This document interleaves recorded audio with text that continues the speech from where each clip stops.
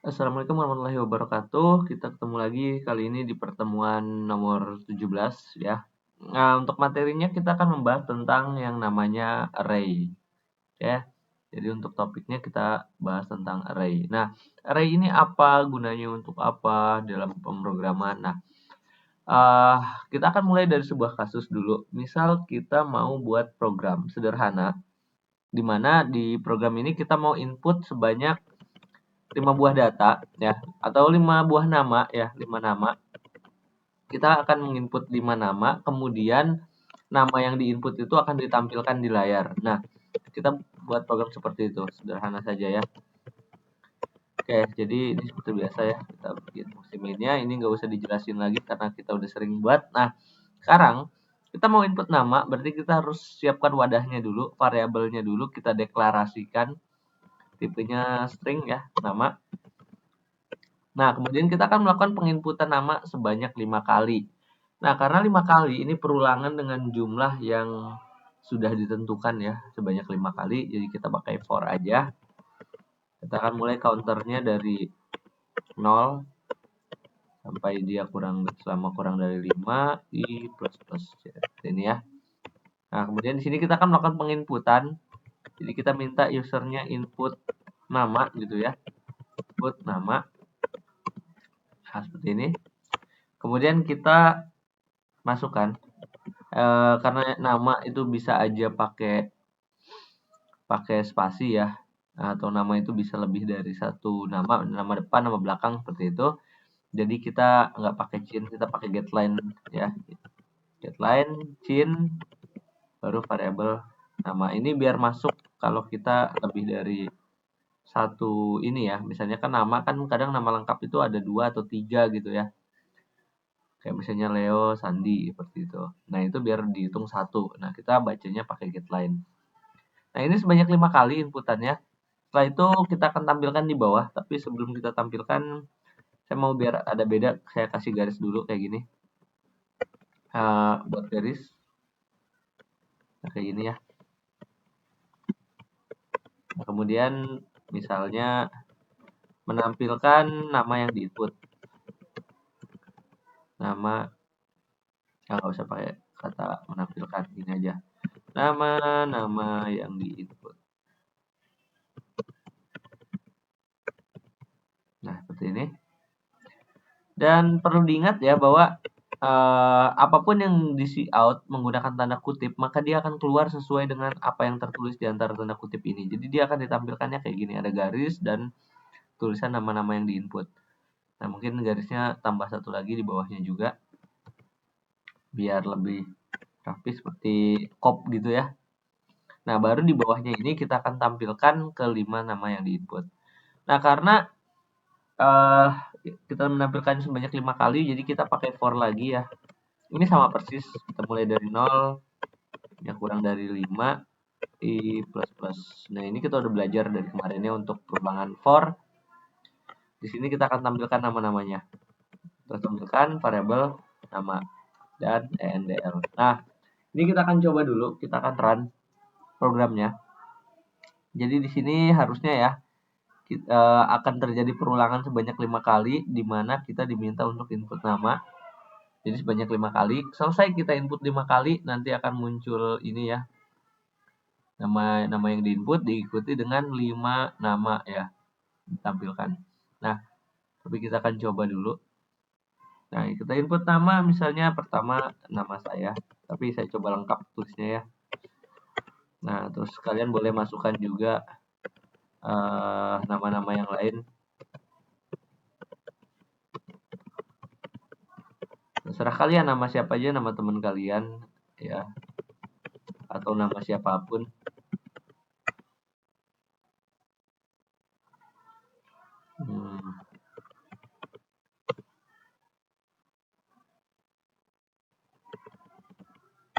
Nah, pokoknya kalian boleh kasih nama siapa aja ya.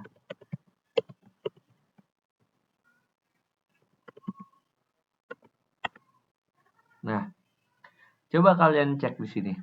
Harusnya ketika kita input 5 nama ini, nama-nama yang diinput kan harusnya ya nama ini semua 5-5-nya, tapi ini yang tampil hanya nama yang diinput terakhir. Nah, ini tentunya suatu masalah dalam program ya. Ini tidak sesuai dengan yang kita harapkan. Kenapa? Jadi gini, penyebabnya adalah ketika kita menginput nama, wadah kita yaitu yang ini nih, variabel nama, itu hanya muat menyimpan satu nama saja. Jadi ketika kita input sebanyak 5 kali 5 nama, maka hanya nama yang diinput terakhir yang masuk. Dalam artian gini, ketika saya input nama saya, Leo Sandi, ya itu masuk ke dalam variabel nama ya. Kemudian ketika saya input nama berikutnya, nama yang pertama keganti, kehapus. Karena wadahnya cuma muat satu. Makanya dia ditimpa-timpa terus dan yang masuk ke dalam variabel nama hanya yang Gali Sudarsono yang ini. Jadi ketika ditampilkan meskipun dengan loop sebanyak 5 kali, nama ini isinya hanya satu nama aja. Ini ditampilkan sebanyak 5 kali. Seperti itu. Nah, lalu kalau misalnya kita ingin menginput bisa kesimpan 5-5-nya namanya, itu bagaimana? Nah, disinilah kita harus belajar yang namanya array. Jadi array itu apa sih? Nih, kita simak di sini. Ini saya kasih contoh. Yang sebelumnya kita buat adalah sebuah variabel ya, variabel biasa, ya hanya variabel aja. Kemudian akan kita bandingkan dengan namanya variabel array atau array. Kita sebutnya boleh array aja seperti ini. Nah, untuk variabel bisa kita lihat dia hanya muat satu. Jadi kalau kalian ingat ya, mungkin kalian punya catatannya juga. Variabel adalah lokasi di memori yang digunakan untuk menyimpan suatu nilai, satu nilai saja. Jadi ketika kita isi nama Leo misalnya, nah, maka dia akan masuk ke dalam variabel ini. Kalau kita input lagi ke variabel yang sama, misalnya Budi, maka ini akan berganti. Nah, kayak gini. Nama yang sebelumnya akan di-override atau dihapus, digantikan, karena dia hanya muat satu nama aja. Ini berbeda dengan array. Array itu dia kita bisa alokasikan seberapa banyak tempat. Seperti ini. Dan ini bisa menyimpan data lebih dari satu. Gampangnya gini perbedaannya, kalau variabel itu tempat di memori untuk menyimpan suatu nilai, maka array adalah tempat di memori untuk menyimpan kumpulan nilai. Jadi nilainya lebih dari satu, kumpulan. Jadi kita bisa aja nginput misalnya di sini Leo, kemudian kita input lagi Budi ya, dan nama-nama yang lain ya. Itu bisa tinggal sampai kapasitasnya penuh itu bisa dilakukan seperti itu ya. Jadi ibaratnya gini, kalau variabel ini hanya seperti satu buah locker ya. Locker yang hanya muat satu gitu ya. Jadi dia hanya bisa dipakai satu orang. Nah, kalau array itu dia seperti locker panjang yang dibagi menjadi beberapa bagian locker gitu dengan kunci yang beda-beda yang bisa dipakai oleh banyak orang di slotnya masing-masing, di lokasi atau bagiannya masing-masing seperti itu. Nah, di sini juga ada penomorannya ya, 0, 1, 2. Nah, ini nomor apa? Ini namanya nomor indeks. Jadi yang paling depan atau data pertama itu indeksnya 0, nomornya 0. Terus yang berikutnya 1, 2, dan seterusnya. Jadi mulainya dari 0. Itu untuk nomor indeks. Gunanya nomor indeks untuk apa? Untuk mengakses kita mau naruh di mana gitu. Misal saya mau naruh data namanya Rini, saya mau taruh di locker nomor 3 ya di sini misalnya. Itu bisa. Terus ada lagi Rani, saya mau masukkan di locker nomor 2. Itu bisa. Jadi satu variabel aja ketika dia udah dibikin array maka dia bisa muat banyak data. Itu kalau kalian bertanya-tanya array itu apa ya seperti itu. Jadi intinya array itu lokasi di memori sama kayak variabel ya. Tapi dia bisa untuk menyimpan kumpulan data dengan tipe yang sama ya. Nah, untuk itu supaya kita bisa lebih clear, kita akan coba buat program. Tapi yang ini kita tinggal dulu ya. Kita akan coba buat program baru dulu. Kita akan coba buat demonstrasi untuk array. Tapi kali ini array-nya integer aja ya. Jadi ini untuk menunjukkan bahwasanya array itu tidak hanya untuk tipe data tertentu aja. Bisa aja array string, array integer, array char itu bisa-bisa aja. Nah, ini kita akan buat misalnya sebuah array integer int angka misalnya. Nah, angka ini hanya muat satu, jadi kalau kita isi angka sama dengan 10 ya dia hanya bernilai 10. Kalau kita isi lagi angka sama dengan 11 nanti dia akan berubah jadi 11. Contoh nih, misalnya di sini angka, terus angka kita isi dengan nilai 10 misalnya. Terus kita isi lagi angkanya dengan nilai 11, maka dia akan keganti jadi 11. Seperti itu. Jadi kalau kita see out di sini si angkanya, Nah, kalau kita see out maka angka ini akan bernilai 11. Karena awalnya dia diisi 10 memang, tapi setelah itu diisi 11 yang mana 10-nya akan diganti atau ditimpa ya nilainya di override. Nah, jadinya 11 tuh yang masuk. Seperti itu. Nah, bagaimana kalau kita pengen nyimpan banyak? Nah, seperti ini caranya. Misalnya angka ini kita deklarasikan sebagai array. Dideklarasikan sebagai array. Array. Nah, dengan jumlah data ya atau panjangnya itu misalnya sebanyak 3. Jadi kita mau nyimpen 3 data di dalam angka. Nah, ini kita bisa kasih kurung seperti ini, kurung siku. Kita berikan mau berapa data muatnya, kapasitasnya. Misalnya 3. Nah, dengan begini maka si angka ini akan dapat menampung sebanyak 3 buah data. Nah, karena dia ada 3 buah data, kalau digambarkan 3 buah data itu seperti ini nih. 3 buah data itu kalau kita gambarkan nantinya ini seperti ini. Tuh 2, 3. Ada 3 slot seperti ini. Jadi dia bisa diisi 3 angka yang berbeda. Nah, contohnya kayak gini. Dan ini untuk nilainya itu masing-masing ada indeksnya ya. Jadi yang paling depan itu, nah, jadi di sini itu ada indeks ke 0, yang paling depan itu indeks ke 0. Kemudian yang di sini indeks 1, selanjutnya adalah indeks 2. Jadi kalau ada 3 data itu 0, 1, dan 2. Ya. Jadi kalau ada 3 data itu mulai dari 0, 0, 1, dan 2. Nah, ini kita bebas yang ke 0 mau diisi berapa, slot yang di nomor 1 mau diisi berapa, 2 diisi berapa, itu bisa kesimpan semua tiga-tiganya. Nah, sebagai contoh di sini di slot yang ke 0. Nah, ini beda ya. Ketika kita menambahkan kurung ini berbarengan dengan adanya deklarasi, ada tipe datanya seperti ini, itu menyatakan kapasitasnya, lebarnya mau berapa lokasinya. Tapi kalau kita panggil setelahnya, itu untuk menunjukkan lokasi atau nomor slot yang mau kita pakai, atau indeks yang mau kita pakai ya. Nah, indeks yang kita pakai adalah indeks 0. Jadi di sini yang indeks 0 kita isi misalnya kita mau indeks 0 kita isi 10, indeks 1 kita isi 11. Nah, ini kita isi misalnya 15. Nah, kita mau kayak gini nyimpennya. Maka di sini indeks ke 0-nya 10, indeks ke 1-nya adalah 11, dan kita tambah satu lagi angka dengan indeks kedua, yaitu tadi adalah 15. Nah, kayak gini. Atau kalau mau rapi pakai spasi ya. Ini kayak pakai spasi itu untuk rapi aja ini. Untuk kerapihan. Boleh kayak gini. Nah, ini. Oke, kayak gini ya.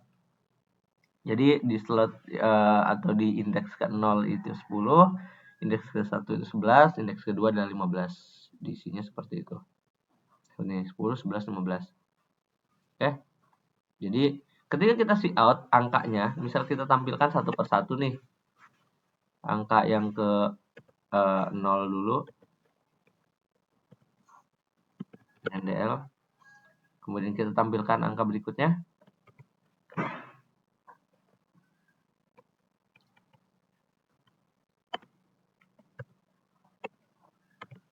Nah, angka ke 1 dan kedua. Maka akan tampil tiga-tiganya, mulai dari 10, 11, dan 15. Nah, 10, 11, 15, seperti itu. Bahkan kalau kita bolak-balik juga bisa. Misalnya yang ditampilkan pertama indeks ke 2 dulu, baru indeks 1, baru ke 0. Jadi kebalik nih. Jadi harusnya dia indeks kedua dulu itu 15, 11, dan 10. Taran nih. Nah, 15, 11, 10. 15 dulu. Indeks 2 dulu. Yang ini. Jadi tergantung kita mau akses yang mana seperti itu ya. Nah, di sini kita bisa simpulkan bahwa dengan menggunakan array kita bisa menyimpan data lebih dari satu atau dalam bentuk kumpulan. Nah, kita akan gunakan itu untuk menyelesaikan persoalan ini. Kita akan balik ke persoalan ini. Ya, akan balik ke persoalan ini. Jadi, oh ya, ini tapi sebelum kita balik ke sini ada beberapa hal sih yang perlu dibahas ya. Pertama, kita kalau mengakses array itu bisa menggunakan loop. Jadi daripada kita menggunakan angka seperti ini, kalau kita mau akses berurutan kita bisa aja pakai loop seperti ini. T I sama dengan 0, I kurang dari 3 ya, sampai 2, I plus plus. Nah, ini kita coba tampilkan si angka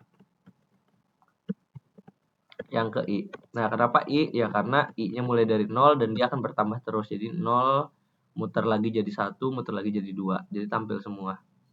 Seperti itu ya. Nah, ini kita coba run. Nah, itu udah biasa ya. Jadi looping for itu untuk mengakses array itu memang enak banget. Jadi karena dia udah sesuai seperti ini ya. Kita bisa pakai I-nya mulai dari 0 dan indeksnya kan mulai dari 0 juga. Nah, seperti itu. Itu satu. Terus kedua, kita juga bisa menggunakan namanya initializer list. Initializer list itu apa sih? Initializer list itu jadi ketika kita deklarasikan array, ya kita langsung isi nilainya. Misalnya kita memasukkan 10, 11, sama 15, tapi nggak pakai cara kayak gini, ini kan panjang banget. Nah, ini kita bisa pakai initializer list namanya. Jadi kita bisa lakukan seperti ini. Angka ya dikosongkan dulu, baru seperti ini. Kurung kurawal, kita masukkan tadi berapa? 10, 11, sama 15. Nah, ini akan otomatis memasukkan angka 10 ke indeks 0, 11 ke indeks 1, 15 ke indeks 2. Kalau ada lagi ya seterusnya bisa. Misalnya kita mau 5 nih. Ya udah tambahin lagi 16, 21. Nah, ini akan otomatis masuk ke indeks 0, 1, 2, 3, 4. Seperti itu. Kalau divisualisasikan ya seperti ini ya. Kalau divisualisasikan seperti misalnya ini kita punya 5 gitu ya.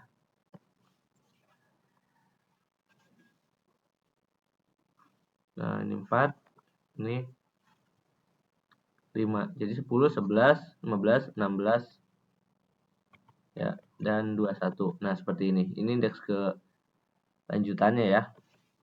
3 dan indeks ke 4. Nah, seperti ini. 0, 1, 2, 3, 4. Ada 5. Jadi ini akan masuk langsung otomatis seperti ini kalau kita pakai initializer list kayak gini. Pakai kurung kurawal. Nah, ini bisa dicoba juga ya. Maka kita nggak usah repot-repot input, ini udah ada datanya 10, 11, 15, 16, 21. Nah, ini kita tampilkan misalnya, karena ini ada 5, jadi kita ganti. Nah, kita akan tampilkan semua data yang ada di sini. Kita run. Nah, 10, 11, 15, 16, 21. Sesuai dengan yang tersimpan di array. Nah, gambarannya seperti itu, maka array ini bisa digunakan untuk menyelesaikan persoalan yang ini. Kenapa? Karena tadi nama ini hanya bisa menyimpan satu nama, makanya dia ketika di input ya dengan 5 nama yang berbeda, hanya yang terakhir saja tadi yang bisa kesimpan dan bisa ditampilkan. Nah, kalau mau simpan 5-5-nya kita bisa jadikan dia array sebanyak 5. Kemudian di sini namanya jangan hanya nama aja, kita tentukan indeksnya. Indeksnya kayak tadi kita bisa pakai i. Kenapa? Karena i-nya mulai dari 0, nanti pas loop lagi, input lagi yang kedua, dia akan bertambah 1 jadi 1, 2, 3, 4. Nah, pas 5 dia nggak akan ke sini lagi. Jadi cuma 5 kali dari 0 sampai 4 akan ke input. Baru nanti namanya kita tampilkan di sini juga pakai indeks array. Pakai i juga karena mulai dari 0. Jadi nama yang pertama di input akan dikeluarkan pertama. Terus berulang seterusnya seperti itu ya sampai 5 kali. Sampai indeks keempat tampilkan juga. Nah, itu solusinya. Jadi kalau tadi hanya bisa menyimpan satu nilai, sekarang kita bisa menyimpan 5 nilai dan bisa mengaksesnya 5-5-nya seperti itu. Nah, sekarang kita coba run. Nah, input nama. Kita input.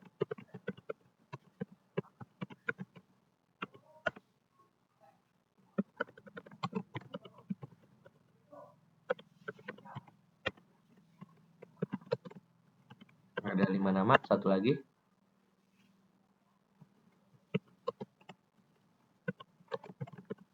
Nah, kalau kita enter nih 5-5-nya, harusnya 5-5-nya sekarang udah masuk ke dalam array nama dan bisa ditampilkan 5-5-nya. Nah, seperti ini.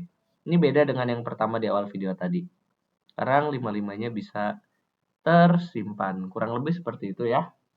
Oke, mungkin itu saja untuk materi tentang array. Silahkan dicoba. Nah, setelah berhasil dicoba, saya mau minta teman-teman ubah program ini ya sebagai tugasnya. Kalian buat program seperti ini, tapi input namanya sebanyak 10. Oke? Jadi untuk tugasnya, ini saya tuliskan. Buat program input nama sebanyak 10 nama. Oke ya. Nah, kalau tadi 5 ini 10. Kemudian tampilkan nama yang diinput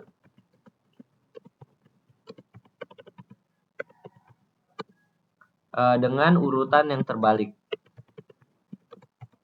Nah, maksudnya terbalik gimana? Jadi nama yang kalau misalnya di inputnya nama yang pertama tuh Leo, nah nanti dia jadi yang terakhir. Terus jadi yang input yang kedua siapa gitu. Itu jadi ke 9 gitu. Jadi kebalik gitu urutannya. Kalau tadi kan urutannya sama persis ya.